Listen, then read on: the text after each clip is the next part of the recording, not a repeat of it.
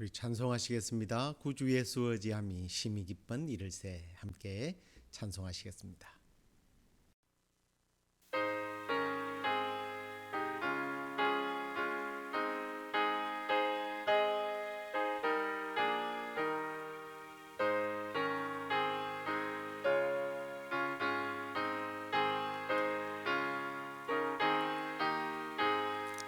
구주 예수 의지함이 심히 기쁜 이일세 영생 허락 받았으니 의심하주 없도다. 예수 믿는 것은 받은 정보 많도다. 예수 귀한 예수 믿음 더욱 주소서. 구주 예수 의지함이 심히 기쁜 일일세 주를 믿는 나의 마음 그의 피에 적시네. 예수 믿는 것은 받은 정보 많도다. 예수 귀한 예수 믿음 더욱 주소서.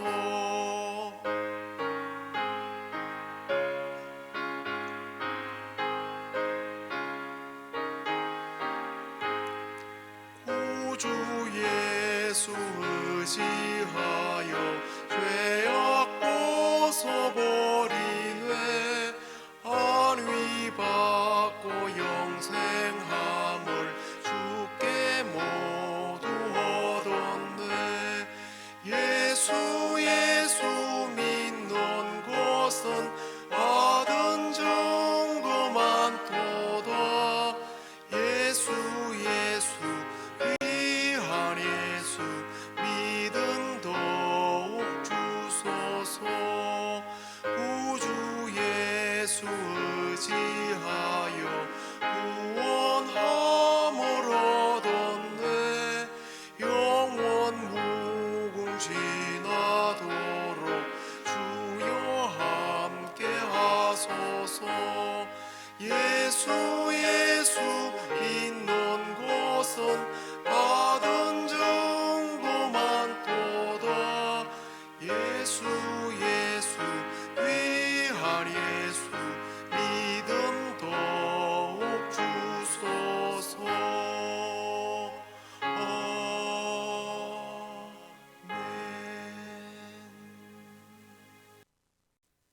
다 함께 사도신경으로 신앙 고백드리겠습니다. 전능하사 천지를 만드신 하나님 아버지를 내가 믿사오며 그 외아들 우리 주 예수 그리스도를 믿사오니 이는 성령으로 잉태하사 동정녀 마리아에게 나시고 본디오 빌라도에게 고난을 받으사 십자가에 못 박혀 죽으시고 장사한 지 사흘 만에 죽은 자 가운데서 다시 살아나시며 하늘에 오르사 전능하신 하나님 우편에 앉아 계시다가 저리로서 산자와 죽은 자를 심판하러 오시리라. 성령을 믿사오며 거룩한 공회와 성도가 서로 교통하는 것과 죄를 사하여 주시는 것과 몸이 다시 사는 것과 영원히 사는 것을 믿사옵나이다. 아멘. 찬양 하나 더 하도록 하겠습니다. 세상 흔들리고 오직 믿음으로 함께 찬양하시겠습니다.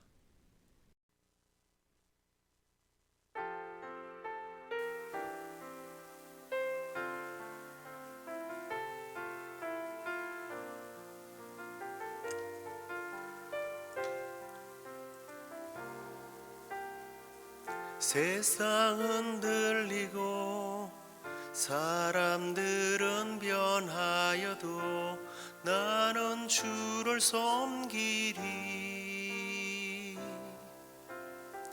주님의 사랑은 영원히 변하지 않네. 나는 주를 신뢰해. 오직 믿음을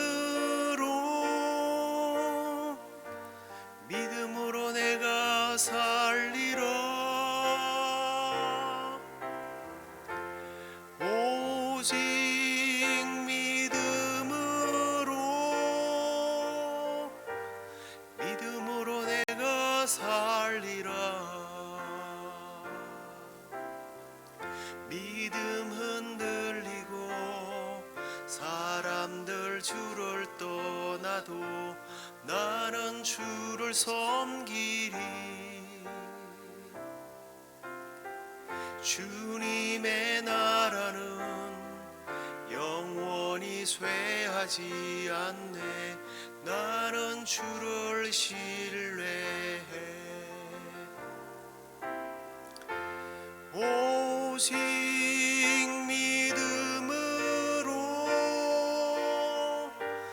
믿음으로 내가 살리라. 오직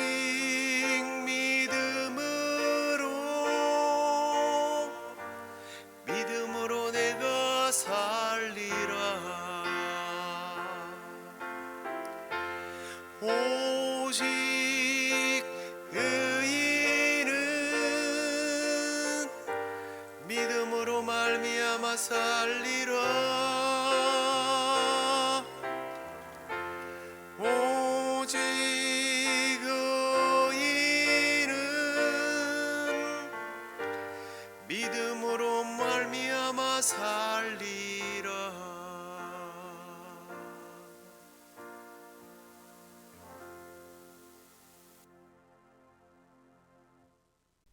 하나님 말씀입니다. 요한복음 3장 36절 말씀입니다. 아들을 믿는 자에게는 영생이 있고 아들에게 순종하지 아니하는 자는 영생을 보지 못하고 도리어 하나님의 진노가 그 위에 머물러 있느니라. 아멘. 자, 오늘은 제 7주일 7번째 주일 선언 내용입니다. 지난주에 우리가 죄로부터 자유를 얻고 죄의 값을 치르기 위해서 그 죗값을 지불할 의로운 분, 그분은 참 사람이어야 하고 동시에 완전히 의로운 분이셔야 한다고 말씀을 드렸습니다. 뿐만 아니라 동시에 그분은 참 하나님이 되셔야 한다고 말씀을 드렸죠.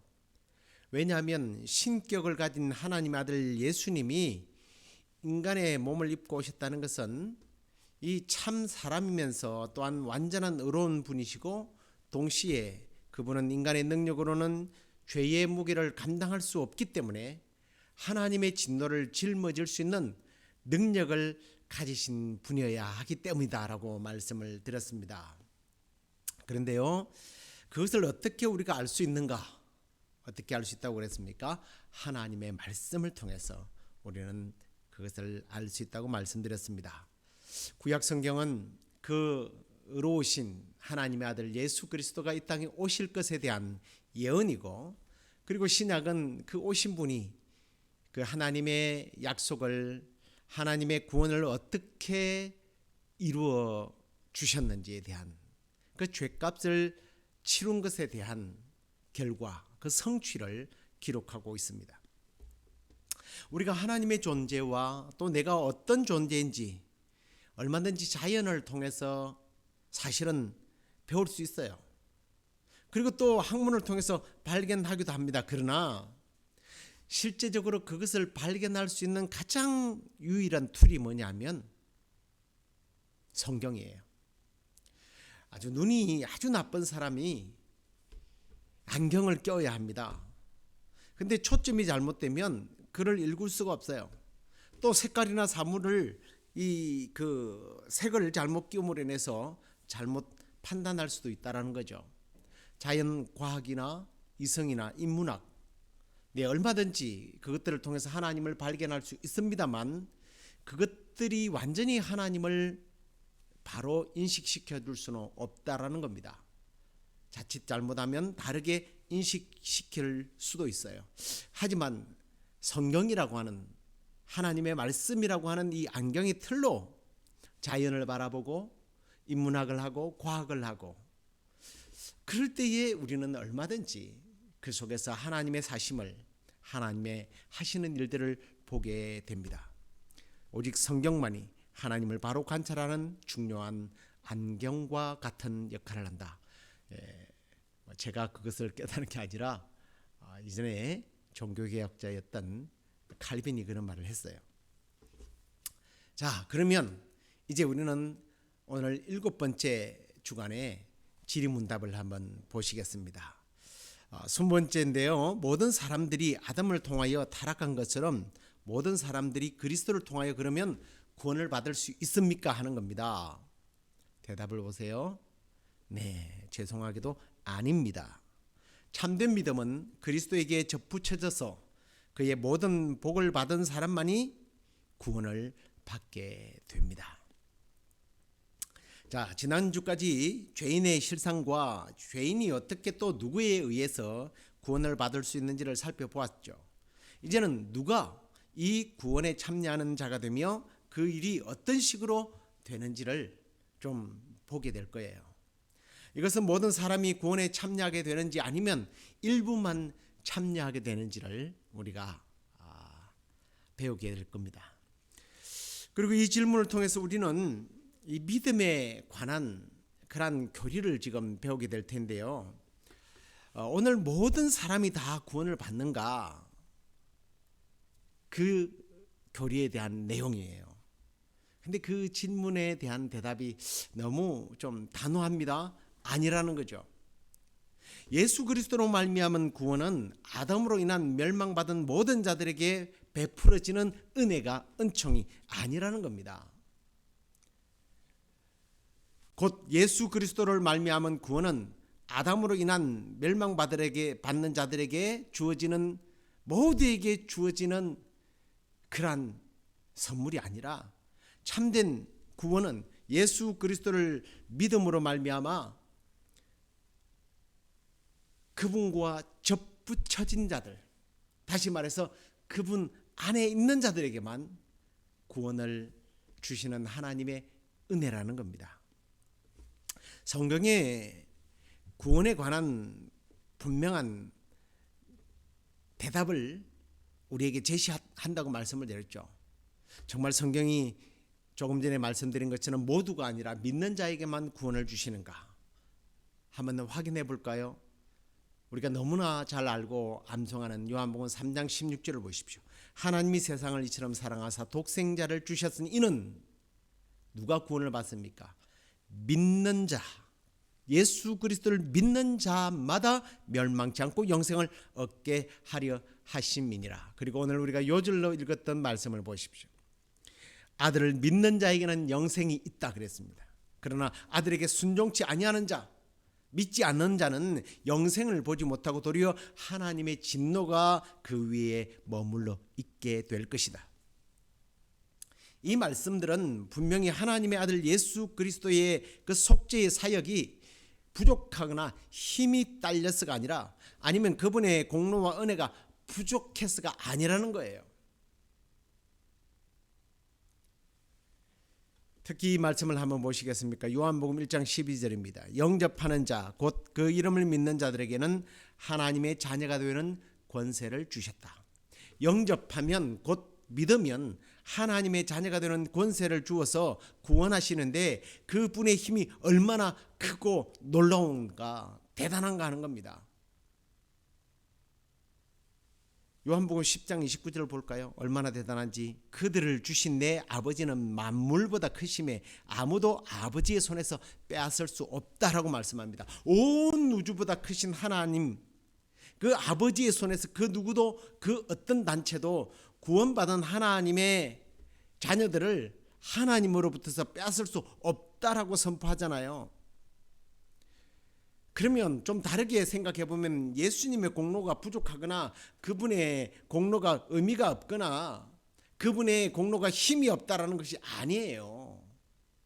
그분의 권능, 그분의 힘이 온 우주보다 크신데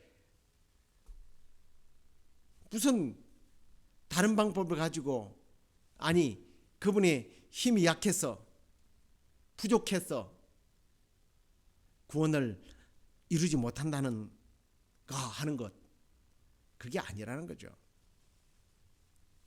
오직 예수밖에 없다라는 겁니다.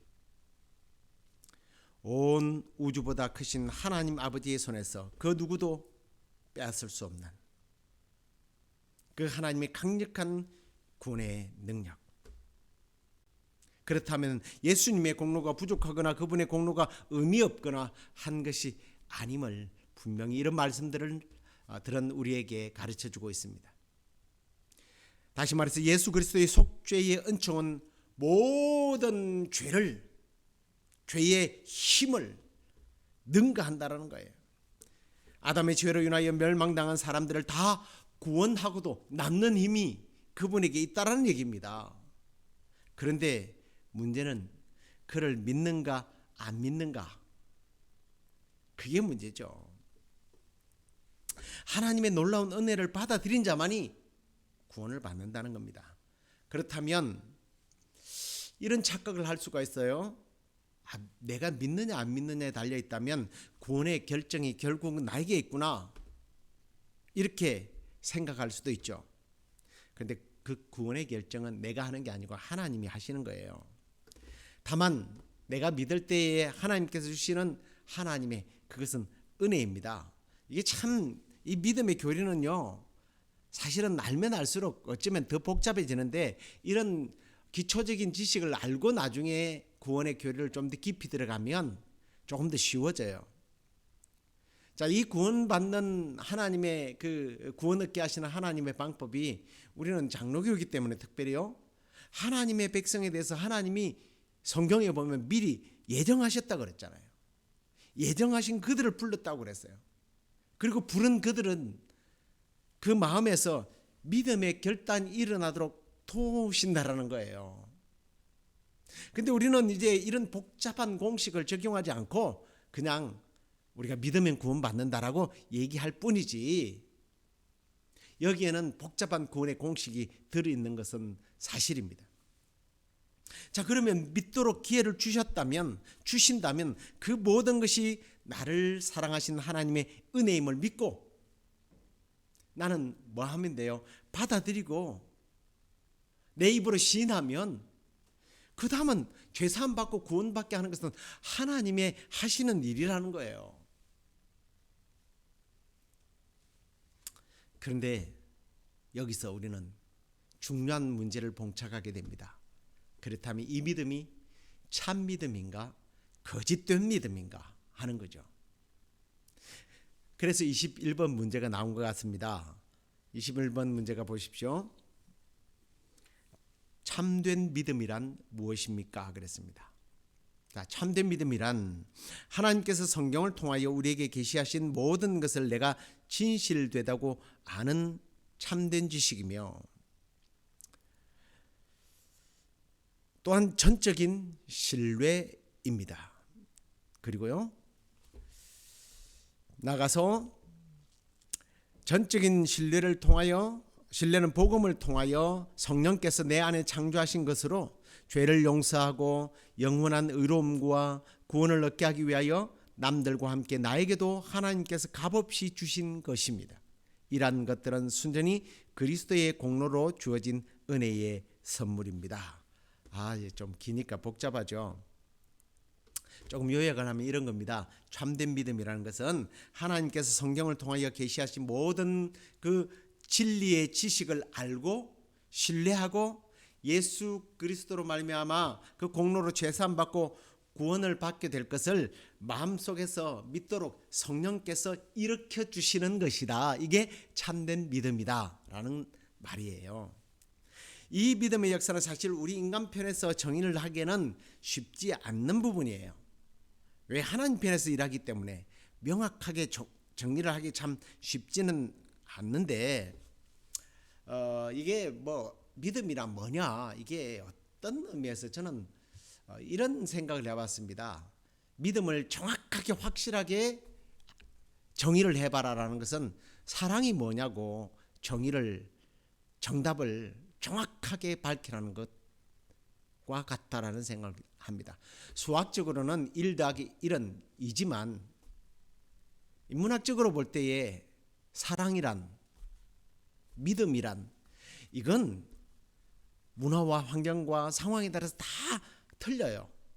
쉽게 답을 내기 힘듭니다. 하지만 믿음이란 어디에서 근거해야 돼요? 성경을 통해서 근거해야 되기 때문에 성경에서 말하는 몇 가지 믿음을 정리해 보면 조금 여러분들이 참 믿음이란 무엇인지 어렵게 하는 이 참 믿음이란 어떤 것인지를 조금 답을 발견하게 될 것 같아서 네 가지로 요약을 해보겠습니다. 먼저 이 믿음은 역사하는 믿음입니다. 역사적 믿음이라고도 부르게 하는데요. 영어로는 뭐 historical faith라고 이렇게 이야기할 수도 있겠지만요.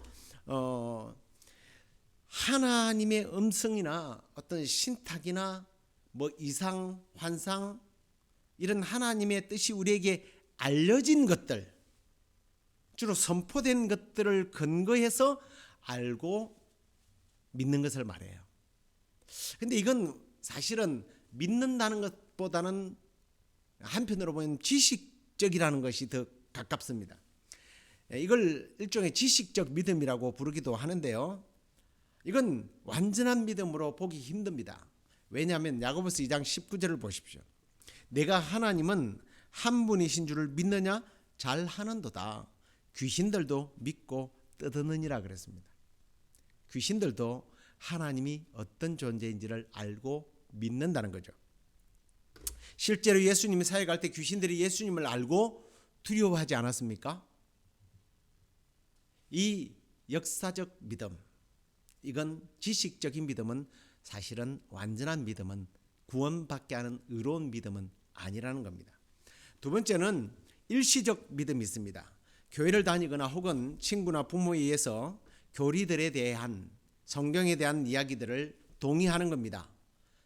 그래서 입으로 시인도 하죠. 네, 예수님을 믿겠습니다. 뭐 분위기 보니까 안 믿으면 큰일 날 것 같고 일어서라고 그러고 앞으로 나오라고 그러고 지금 안 하면 내가 데리고 온 사람이 섭섭해할 것 같기도 하고 근데 왠지 믿어야 될 것 같고 그래서 예, 내가 믿습니다라고 이야기를 했더니 그 고백과 함께 감동이 오고 기쁨이 오기도 해요. 하지만 이 일시적인 믿음은 영속적이지 계속적이지 못한 믿음이에요. 그리고 그에게 주어지는 평안과 기쁨이 영원하지 않다라는 거예요. 다시 말하면 지속되지 않는 그런 마음이라는 거예요. 어떤 자극적인 것, 지식적인 자극, 또 감동적인 자극 이런 것들은 또 다른 기회가 오면 사라져요. 여러분 우리 한국 사람들이 정말 문화적으로 보면 대단하지 않습니까? 요즘 한국 영화 드라마가 완전히 세계를 그냥 탑으로 그냥 세계에서 탑으로 달리지 않습니까? 근데 이 노래들도요. 어떻게 한국 사람들이 이렇게 노래를 잘하나 싶어요. 노래를 얼마나 감동적으로 부르는지 막 눈물 줄줄 흘리도록 노래를 불러요. 그런 감동이 구원을 받게 하는 겁니까? 아니, 교회에 나와서 찬송 부르고 막 그런 기뻐서 좋아서 손도 들고 했는데 그런 기쁨과 그런 가수들이 부르는 기쁨과 감동과 뭐가 다를 바 있느냐는 거예요. 그런 것들은 또 다른 충격이나 문화적 충격이나 감동이 오면 사라져 버리는 거예요. 선지자들과 사도들과 목사들과 교사들과 주위 사람들에 대한 가르침에 동의도 하고 고백도 하고 자랑도 하고 받아들이기도 하고 일시적인 기쁨도 있지만 하나님의 말씀을 자신에게 온전히 적용하지 못하고 하나님의 은혜가 완전히 그 사람을 지배하지 못하는 경우가 있어요. 그래서 예수님께서 마태복음 13장에 이런 말씀을 하십니다. 돌밭에 뿌려졌다는 것은 말씀을 듣고 즉시 기쁨으로 받되 그 속에 뿌리가 없어 잠시 견디다가 말씀으로 말미암아 환난이나 박해가 일어날 때 곧 넘어지는 자다라고 마태복음 13장 20절과 21절에 말씀합니다. 그리고 이 이후에는 보면 가시밭에 대한 뿌려진 씨도 이야기하죠. 재리의 염려와 걱정과 근심들이 막 나를 찌를 때에 열매를 맺지 못하는 마음, 믿음. 사실은 일시적 믿음입니다. 그래서 교회를 다니면서 참 마음이 평안하더라, 기쁨이 있더라, 그런 말들을 가끔씩 듣게 되는데 마음이 평안하고 기쁨이 오는 원인이 사실은 복음이 아니라도 앞에도 말씀드렸습니다만 많습니다. 그런데 그 원인이 사라질 때 기쁨도 사라지는 거예요. 평안도 사라져요. 그런 교회 재미없어. 그래서 좀 더 화끈하고 뭔가 자기를 안정적이게 해줄 교회를 찾습니다. 교회에서 못 찾으면 어떻게 돼요? 이단이라도 가야 되는 거예요. 일시적인 믿음은 구원에 이르는 완전한 믿음, 의롭게 할 만한 완전한 믿음은 되지 못한다는 거예요. 근데 참 세 번째는 좀 헷갈리기 쉬운 믿음입니다. 이적적인 믿음인데요. 사실 기적을 경험한다는 것, 치유를 경험했다고 해서 그것이 구원을 받는 믿음은 아니라는 거예요. 질병은 약이나 의사가 더 많이 고치지 않습니까? 그렇다고 거기에 구원이 있다? 약이 구원을 한다? 약이 지옥으로 보내고 주사를 한 대 맞으면 지옥으로 가기도 하고 천국으로 간다? 그러면 이건 보혈의 공로보다, 예수 그리스도의 공로보다 이 주사 한 방이 약이 더 효과적인 거죠. 그럴 수 없는 겁니다. 심지어 이방 종교에도 신비적 기적 현상은 얼마든지 있습니다. 은사가, 우리는 이걸 이제 은사라고 말하기도 하는데요. 은사가 나타나고 이적과 기사를 베푼다고 그것이 구원받은 증거는 될 수 없다라고 하는 것입니다. 마태복음 10장 1절을 보십시오. 예수께서 그의 12제자를 부르사 더러운 귀신을 쫓아내며 모든 병과 모든 약한 것을 고치는 권능을 주셨다. 여기에 예수께서 파송한 12명의 제자 속에 누가 들어있어요? 누가가 들어있습니까? 가룟 유다가 들어있죠. 가룟 유다도 귀신을 쫓아내고 권능을 행하는, 사람들을 고치는 은사를 가지고 있었습니다. 그런데 누가복음 22장 3절을 보십시오. 12 중에 하나인 가롯이라 부르는 유다에게 사탄이 들어갔다. 가룟 유다는 은사가 있었지만 구원의 은혜와 상관이 없는 일시적이고 임시적이고 기능적인 믿음의 은사가 그에게 있었다는 겁니다. 그래서 그는 선생을 배반하고 팔고 자살해 죽는 비극의 사나이가 됩니다. 구원 얻게 하는 믿음이나 은혜가 없는 사람도 얼마든지 은사가 나타날 수 있다라는 것을 여러분 기억하십시오. 그리고 그 은사가 있다고 해서 결코 그것이 의롭게 하는, 구원을 얻는 믿음은 아니다. 기억을 하시기 바랍니다. 그 다음에 그러면 이제 네 번째입니다. 의롭다함을 얻는 믿음이 있죠. 바로 참 믿음이 뭔지에 대한 답이기도 합니다. 이 믿음은 앞에서 말한 역사하는 믿음이나, 다시 말하면 어떤 지식적인 믿음이나 일시적인 믿음이나 은사적인 이적적인 믿음들이 포함되어 있어요. 사실 그렇지 않습니까? 알지도 못하고 경험하지도 못한 상태에서 믿음이 생겨날까? 그렇지 못하죠. 그래서 사도 바울도 전하지 않으면 믿는 자도 없다라는 말씀을 한 것입니다. 하지만 이 믿음은 이런 것들을 포괄하지만 좀 다르다는 거예요. 왜냐하면 역사나 일시적인 또 어떤 그 은사적인 믿음은 이게 우리를 완전히 의롭게 할 수 없다라는 거죠. 앞에 설명드린 그대로예요. 만약 이런 믿음이 우리를 의롭게 할 만한 믿음이라면 마귀도 의로운 것으로, 의로운 존재로 인정해야 합니다. 이거 말도 안 되는 논리잖아요. 그래서 이 의롭게 되는 믿음은요, 하나님으로부터 온 것입니다. 이 구원 얻는 믿음은요, 하나님의 그래서 선물이라고 부르는 거예요. 에베소서 2장 8절을 보십시오. 너희는 그 은혜에 의하여 믿음으로 말미암아 구원을 받았으니 이것은 너희에게서 난 것이 아니요 하나님의 선물이다. 이 의롭게 하는, 구원 얻게 하는 온전한 믿음은 아까 제가 조금 소개했습니다만 하나님께서 선택한 자들에게 주시는 하나님의 선물이에요. 우리에게 영생을 얻게 하는 참 믿음을 주신 하나님께 그래서 우리가 감사하고 이 소중한 믿음을 잘 지켜 나가면서 선한 싸움을 싸워 나가고 선한 행위를 하고 때로는 그러면서 우리의 마음의 기쁨과 평안이 넘치고, 그러나 이 믿음, 이 기쁨, 이 평안은 세상이 주는 것, 조건이 사라지고 환경이 잘못되어도 변하지 않는 그 기쁨, 그 행복, 그것이 우리에게 있는 거죠. 참 구원의 믿음으로 말미암아 이런 놀라운 은사와 또 지식과 그리고 하나님께서 주시는 참된 행복을 늘 누리는 저와 여러분 되기를 주의 이름으로 축원합니다. 자, 그러면 이제 22번째. 그러면 그리스도인들은 무엇을 믿어야 합니까? 예, 하나님께서 복음으로 우리에게 약속하신 모든 것들입니다. 그 약속하신 모든 것들이 뭐겠어요? 바로 성경에 기록된 하나님의 약속들이에요. 그래서 성경은 인간의 어떤 지식이나 문학이나 한 나라의 역사적 기록이 아니라는 거예요. 그걸 배우기 위해서 우리가 성경을 보는 것이 아니라 이 말씀이 나를 위하여 어떤 하나님의 구속 경륜이 기록되어져 있는지, 그 예언된 하나님의 말씀이 예수 그리스도를 통해서 어떻게 이루어졌는지, 그것이 나에게 어떻게 또한 이루어지고 적용되었는지,